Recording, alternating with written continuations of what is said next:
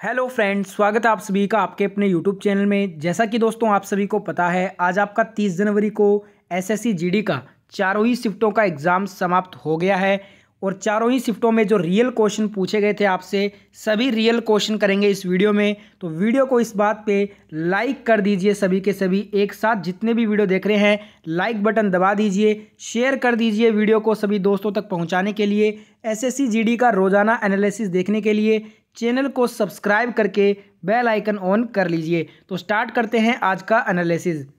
सबसे पहले दोस्तों अपने क्वेश्चन करेंगे आज के चौथे शिफ्ट के, उसके बाद तीसरे शिफ्ट के, उसके बाद दूसरे शिफ्ट के और लास्ट में करेंगे पहले शिफ्ट के। तो स्टार्ट करने जा रहे हैं चौथे शिफ्ट का पहला क्वेश्चन आया था चौथे शिफ्ट में। 2011 की जनगणना के अनुसार सबसे कम लिंगानुपात किस राज्य का है? तो इसका आंसर होगा हरियाणा राज्य का। तो जिनका भी एग्जाम था जिस शिफ्ट में, आंसर मैच करते रहिएगा। नेक्स्ट क्वेश्चन आया था 999 ईस्वी से कंदारिया महादेव मंदिर का निर्माण किसने करवाया था?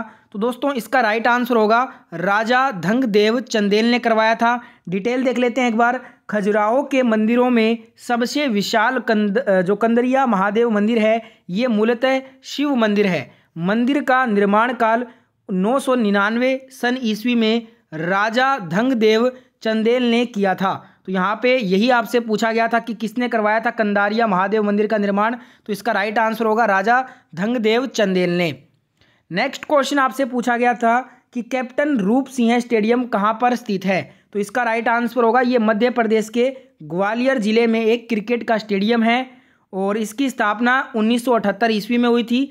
इस मैदान पर जो पहला वनडे इंटरनेशनल मैच खेला गया था वो सन 1988 में खेला गया था। हमसे पूछा गया था कैप्टन रूप सिंह स्टेडियम कहाँ पे है? तो अगर जिला का नाम पूछा है तो ग्वालियर आंसर है, राज्य का नाम पूछा है तो मध्य प्रदेश आंसर होगा। ठीक है। अगला क्वेश्चन आया था आखिरी पंचवर्षीय योजना कौन सा था? तो दोस्तों पहली पंचवर्षीय योजना की शुरुआत तो 1951 में हुई थी और आखिरी जो पंचवर्षीय योजना थी ना वो वर्ष 2017 में पूरी हुई थी और ये थी 12वीं पंचवर्षीय योजना जो कि 2012 से 2017 के बीच में थी। तो देख लेते हैं एक बार सारी पंचवर्षीय योजना। हमसे पूछी थी 12वीं पंचवर्षीय योजना के बारे में कि आखिरी जो पंचवर्षीय योजना थी ना वो कौन सी थी? तो इसका आंसर होगा ये 12वीं पंचवर्षीय योजना थी। कब से कब तक थी? 2012 से 2017 के बीच में। तो आपको राइट आंसर मिल गया होगा। राइट आंसर इस 12वीं पंचवर्षीय योजना 2012 से 17 के बीच में।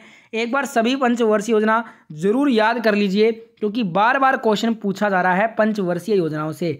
एक क्वेश्चन आया था अल्पसंख्यकों का संरक्षण किस अनुच्छेद में है? तो इसका आंसर होगा अनुच्छेद 29 में है। देखिए अनुच्छेद 29 का शीर्षक क्या कहता है कि अल्पसंख्यक वर्ग है ना, उनके हितों का संरक्षण यहाँ कहा गया है कि भारत के किसी भी भाग के निवासी नागरिकों के किसी भी अनुभाग में।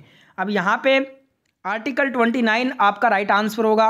अगर 29 नहीं है तो ऑप्शन में आर्टिकल 30 भी दिया गया होगा। ठीक है। तो बताइएगा दोस्तों जिनका भी एग्जाम था चौथे शिफ्ट में, अल्पसंख्यकों का जो संरक्षण वाला क्वेश्चन था उसमें ऑप्शन में अनुच्छेद 29 था या अनुच्छेद 30 था ऑप्शन में। ठीक है, बताइएगा एक बार कमेंट करके। नेक्स्ट क्वेश्चन आपसे पूछा गया था तालाब का पर्यायवाची शब्द बताओ। तो देखिए दोस्तों, सरोवर, सर, पुष्कर, पोखर, जलवान, सरसी, ताल, जलाशय, ये सभी तालाब के पर्यायवाची हो जाएंगे। ठीक है, तो इनमें से कोई एक दिया होगा। अगला क्वेश्चन करते हैं। नेक्स्ट क्वेश्चन आया था कछुआ का पर्यायवाची। तो कछुआ के पर्यायवाची हैं कच्छप, कमट, कुरम, ये सभी क्या हैं? कछुआ के पर्यायवाची हैं। नेक्स्ट क्वेश्चन आया था सत्रिया नृत्य किस राज्य का है? बार बार रिपीट हो रहा है, असम का है। एक क्वेश्चन आया था जम्मू कश्मीर का उपराज्यपाल पूछा था कि वर्तमान में कौन है 2022 में जम्मू कश्मीर के उपराज्यपाल? तो मनोज सिन्हा हैं। 2020 से यही उपराज्यपाल हैं जम्मू कश्मीर के। तो मनोज सिन्हा आपका ऑप्शन में दिया था, वही करेक्ट करना था। एक क्वेश्चन आया था कोशिका की आत्मघाती थैली किसे कहते हैं? तो लाइसोसोम आपका राइट आंसर हो जाएगा। रिपीट हुआ है सेकंड टाइम इस एग्जाम में। एक दोस्तों ये जो स्टूडेंट हैं प्रीति यादव, इन्होंने कमेंट किया था क्वेश्चन। बताइएगा दोस्तों ये पूछा था क्या चौथे शिफ्ट में? कथक किस भगवान से रिलेटेड नृत्य है? इस टाइप से कुछ क्वेश्चन था। ऑप्शन भी दिए गए थे। सटीक ऑप्शन ये थे या फिर कुछ और थे? बताइएगा जिनका भी एग्जाम फोर्थ शिफ्ट में हुआ था ये वाला क्वेश्चन दोस्तों आया था क्या और किस टाइप से आया था बताइएगा एक बार। एक क्वेश्चन था कौन से इनमें से पेशेवर टेबल टेनिस के खिलाड़ी हैं? तो टेबल टेनिस का पूछा था कि कौन इनमें से टेबल टेनिस के खिलाड़ी हैं। ऑप्शन में मनिका बत्रा दिया था। तो मनिका बत्रा आपका राइट आंसर हो जाएगा। जो मनिका बत्रा है ना वो पेशेवर टेबल टेनिस के खिलाड़ी हैं। और कुछ स्टूडेंट बोल रहे थे कि सेरेना विलियम्स का पूछा था कि सेरेना विलियम्स का संबंध किस खेल से है। तो सेरेना विलियम्स का अगर पूछा था तो उनका संबंध है टेनिस खेल से। ठीक है, बताइएगा सेरेना विलियम्स पूछा था या मनिका बत्रा पूछा था। एक क्वेश्चन आया था जिम्नोस्पर्म का कि जिम्नोस्पर्म किस प्रकार का पौधा है। तो दोस्तों देख लेते हैं डिटेल में। अनावर्ती बीजी या विवर्त बीजी जिम्नोस्पर्म अर्थ इसका नग्न बीज ऐसे पौधों वृक्षों को कहा जाता है जिनके बीज फूलों में पनपने और फलों में बंद होने की बजाय छोटी टहनियों या शंकुओं में खुली नग्न अवस्था में होते हैं। यह ऐसे पादपों का वर्ग है जिसमें बीज तो बनते हैं लेकिन बीज फल भीति में बंद नहीं होते, इसलिए इन्हें नग्न बीजी या अनावर्त बीजी पादप कहते हैं। इनकी लगभग 700 प्रजातियां विश्व के सभी स्थानों पर पाई जाती हैं। अब दोस्तों बताइएगा विकल्प में क्या दिया गया था। ठीक है, एक क्वेश्चन आया था दोस्तों, क्वेश्चन में NRLM का फुल फॉर्म बताना था। तो दोस्तों NRLM का जो फुल फॉर्म होता है वो मैं आपको बता देता हूँ एक बार। इसका फुल फॉर्म है राष्ट्रीय ग्रामीण आजीविका मिशन, और अब इसका नाम चेंज कर दिया गया है। अब इसका नाम है NRLM, दीनदयाल अंत्योदय योजना। ठीक है, अब इसका नाम चेंज कर दिया गया है। तो इसका फुल फॉर्म पूछा गया था जो मैंने आपको बता दिया है। नेक्स्ट क्वेश्चन आया था रीजनिंग का सवाल, जिसमें आपसे पूछा गया था मार्फोलॉजी में किसका अध्ययन होता है। तो इसका सिंपल क्वेश्चन का आंसर है जीव विज्ञान। इसका राइट आंसर होगा मार्फोलॉजी जीव विज्ञान की एक शाखा है जिसके अंतर्गत किसी जीव की आकृति, उसकी संरचना और उसके विशिष्ट संरचनात्मक गुणों का अध्ययन किया जाता है। तो ये रीजनिंग का सवाल था। अब अपने आज के तीसरे शिफ्ट के क्वेश्चन करेंगे। चौथे शिफ्ट के सभी क्वेश्चन जो आए थे मेरे पास मैंने आपको करवा दिए हैं। वीडियो को जिसने अभी तक लाइक नहीं किया है तो वीडियो को जरूर लाइक करके आगे कंटिन्यू कीजिएगा। तीसरे शिफ्ट का पहला क्वेश्चन आया था मीनाक्षी सुंदरम पिल्लई, ये किससे संबंध रखते हैं। तो इनका संबंध है भरतनाट्यम से, तो भरतनाट्यम सही होगा। अगला क्वेश्चन था 2011 की जनगणना के अनुसार भारत का साक्षरता दर पूछा गया था जो कि 74.04% है। तो ये आपका राइट आंसर होगा। नेक्स्ट जो सवाल आया था तीसरे शिफ्ट का, सोनपुर पशु मेला किस राज्य में लगता है। तो इसका सही उत्तर होगा बिहार राज्य में। एक क्वेश्चन आया था सांची का स्तूप का निर्माण किसने करवाया था। तो ये मौर्य सम्राट अशोक ने करवाया था। ये सभी क्वेश्चन मैंने आपको प्रैक्टिस वीडियो में बार बार करवाए थे। अगला क्वेश्चन आया था गरीबी हटाओ जो आत्मनिर्भरता जो है वो किस पंचवर्षीय योजना का लक्ष्य था। तो ये था 5वीं पंचवर्षीय योजना का लक्ष्य। एक क्वेश्चन आया था गोवा के वर्तमान में मुख्यमंत्री, तो ये प्रमोद सावंत हैं। नेक्स्ट क्वेश्चन था भारत की जो केंद्रीय बैंक है वो कौन सा है। तो ये भारतीय रिजर्व बैंक को भारत का केंद्रीय बैंक कहते हैं। एक क्वेश्चन आया था 2012 से 2017 किस पंचवर्षीय योजना का कार्यकाल था। तो ये था आखिरी और 12वीं पंचवर्षीय योजना का कार्यकाल। एक क्वेश्चन आया था घूमर नृत्य किस राज्य का लोक नृत्य है। तो ये राजस्थान का लोक नृत्य है।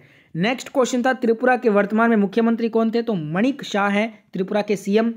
एक क्वेश्चन आया था राष्ट्रगीत और राष्ट्रगान ये किस में जो है ना निहित हैं। तो ये जो राष्ट्रगीत राष्ट्रगान है ना ये हमारे मौलिक कर्तव्य हैं। तो ऑप्शन जो खाली स्थान है यहाँ पे आएगा मौलिक कर्तव्य। ठीक है फ्रेंड्स। एक क्वेश्चन पूछा गया था भोजन का पाचन कहाँ से शुरू होता है। तो मुख से भोजन का पाचन की जो प्रक्रिया है वो मुंह में कोर जाते ही इसे चबाने के साथ शुरू हो जाती है। तो अगर ऑप्शन में मुख दिया था तो मुख आपका राइट आंसर होगा। एक क्वेश्चन आया था कार्बोहाइड्रेट का निर्माण हमारे शरीर में कहाँ होता है। तो ज़्यादातर हमारे शरीर में कार्बोहाइड्रेट श्वसन के लिए ईंधन है। अप्रयुक्त कार्बोहाइड्रेट यकृत और मांसपेशियों में ग्लाइकोजन के रूप में संग्रहित होते हैं। ग्लाइकोजन को केवल थोड़े समय के लिए संग्रहित किया जाता है। कार्बोहाइड्रेट का लंबे समय तक भंडारण वसा के रूप में होता है। ठीक है दोस्तों। तो नेक्स्ट क्वेश्चन देख लेते हैं। अगला सवाल जो आपसे पूछा गया दोस्तों वो अब जो अपने क्वेश्चन करेंगे वो आज के सेकंड शिफ्ट के क्वेश्चन होंगे। ठीक है, चौथे और तीसरे शिफ्ट के क्वेश्चन हो चुके हैं। जिसने अभी भी चैनल नहीं सब्सक्राइब किया है एक साथ जितने भी मेरे प्यारे दोस्त वीडियो देख रहे हैं चैनल को सब्सक्राइब करके नोटिफिकेशन बेल ऑन कर लीजिए रोजाना एनालिसिस देखने के लिए। सेकंड शिफ्ट का पहला क्वेश्चन आया था 2020 समर ओलंपिक में कुल कितने देशों ने भाग लिया था। तो इसमें टोटल 205 देश शामिल थे। तो 205 आपका राइट आंसर होगा। अगला क्वेश्चन आया था किस संविधान संशोधन के बाद 6 मौलिक अधिकार बचे थे। तो संपत्ति के अधिकार को जो कि पहले एक मौलिक अधिकार था और टोटल 7 मौलिक अधिकार हुआ करते थे उस समय, पर जो संपत्ति का हमारा मौलिक अधिकार था ना उसे 1978 में 44वें संविधान संशोधन के माध्यम से मौलिक अधिकार के रूप में हटा दिया गया था। तो हमसे वही पूछा गया था कि किस संविधान संशोधन के बाद 6 मौलिक अधिकार बचे। तो इसका सही उत्तर होगा 1978 में 44वें संवैधानिक संशोधन के बाद। भारत के संविधान के भाग 3 अनुच्छेद 12 से 35 में निहित हैं भारत के मौलिक अधिकार जो कि इस प्रकार से हैं।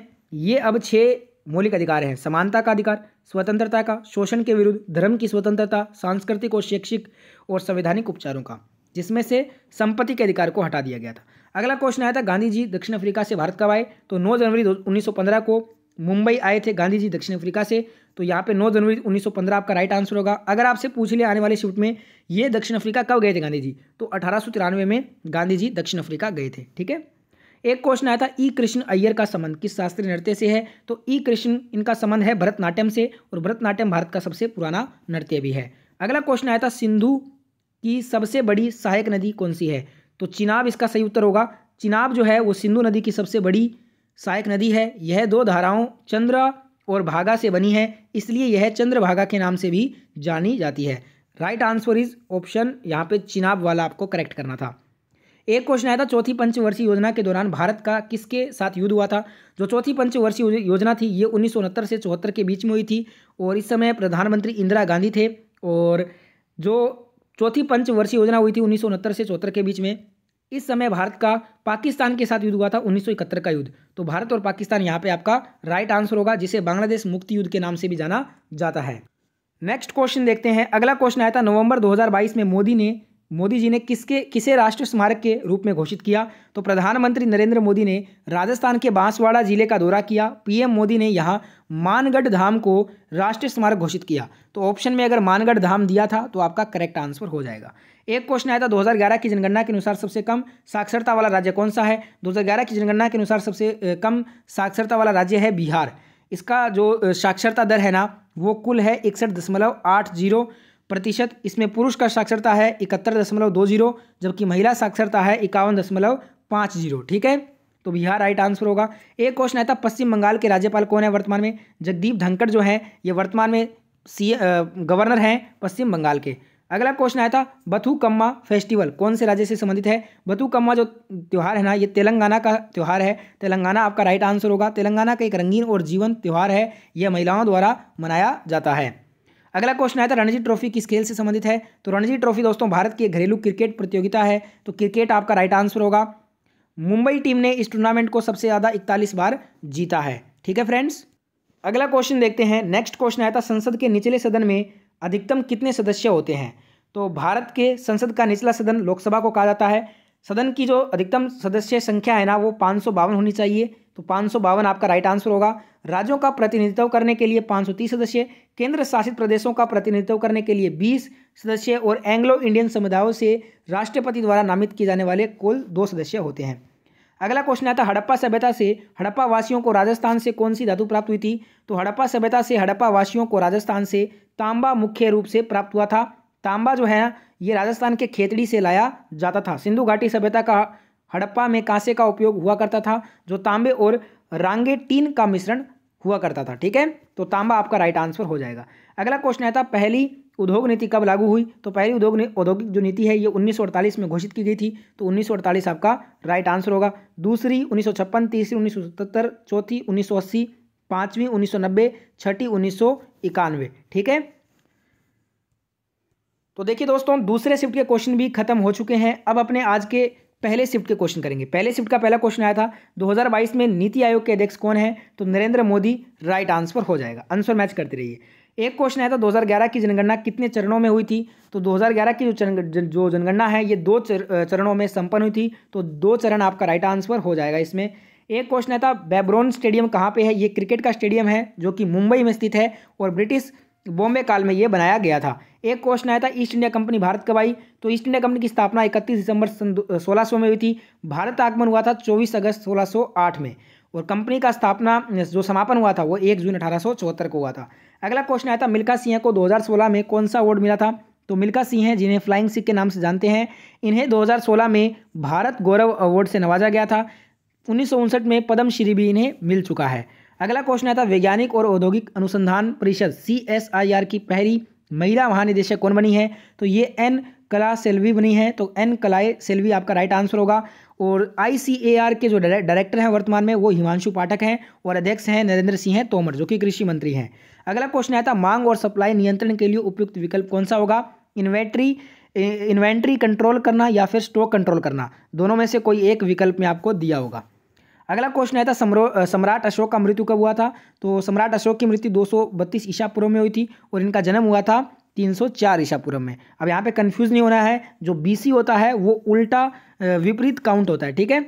अगला क्वेश्चन आया था 49वें चीफ जस्टिस ऑफ इंडिया कौन थे। तो ये उमेश ललित थे और इन्होंने रिप्लेस किया था 48वें चीफ जस्टिस NV रामन को। वर्तमान में 9 नवंबर 2022 से भारत के जो 50वें चीफ जस्टिस हैं ना, ये दोस्तों DY चंद्रचूड़ हैं। भारत के जो पहले चीफ जस्टिस थे ये HJ कनिया थे। अगला क्वेश्चन आपसे पूछा गया था भारत के नियंत्रक महालेखा परीक्षक CAG के कर्तव्य एवं शक्तियाँ किस अनुच्छेद में है। तो ये अनुच्छेद 149 में है और इनकी नियुक्ति अनुच्छेद 148 के तहत की जाती है। अगला क्वेश्चन आया था नवाना या नवना उत्सव किससे संबंधित है। अगर देश पूछा है तो बांग्लादेश से ही होगा, अगर स्टेट पूछा है तो ये पश्चिम बंगाल, त्रिपुरा और असम राज्य में मनाया जाता है। नेक्स्ट क्वेश्चन आया था माइटोकॉन्ड्रिया में कितनी परत होती है। तो इसमें टोटल 2 परतें होती हैं। माइटोकॉन्ड्रिया या सूत्रकणिका कोशिका द्रव्य में उपस्थित धोरी झिल्ली से घिरा रहता है, तो धोरी झिल्ली आपका राइट आंसर होगा। एक क्वेश्चन आया था काठ का उल्लू होना मुहावरा, तो इसका अर्थ होता है मूर्ख होना, ठीक है दोस्तों, हिंदी का क्वेश्चन था ये।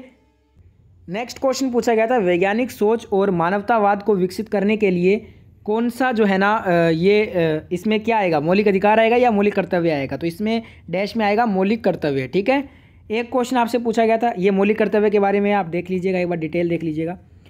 समुद्र का पर्यायवाच्य आया था, तो ये सभी समुद्र के पर्यायवाच्य होते हैं। नेक्स्ट आया था भूकंप पृथ्वी की कौन सी पटल में आता है। तो क्रस्ट पटल में आता है भूकंप, जो कि 800 किलोमीटर गहरे तक होता है पृथ्वी से। एक आया था ODOP का फुल फॉर्म, तो इसका फुल फॉर्म होता है 1 डिस्ट्रिक्ट 1 प्रोडक्ट, ठीक है दोस्तों। नेक्स्ट क्वेश्चन, ये सभी क्वेश्चन कंप्लीट हो चुके हैं, फर्स्ट शिफ्ट के भी इतने क्वेश्चन थे। तो आज 30 जनवरी को चारों शिफ्टों में जितने क्वेश्चन पूछे गए थे GD के सभी क्वेश्चन आपको करवा दिए हैं। इस बात पे वीडियो को लाइक के साथ एंड कीजिए, जिन्होंने भी लाइक नहीं किया अभी तक लाइक कर दीजिए, शेयर कर दीजिए वीडियो को, और चैनल को जिसने भी सब्सक्राइब नहीं किया है सब्सक्राइब करके बेल आइकन ऑन कर लीजिए। कल वीडियो अपने करेंगे, अब स्टार्ट करेंगे एनालिसिस कल का, इसलिए ज़रूर चैनल को सब्सक्राइब करना। जय हिंद, जय भारत।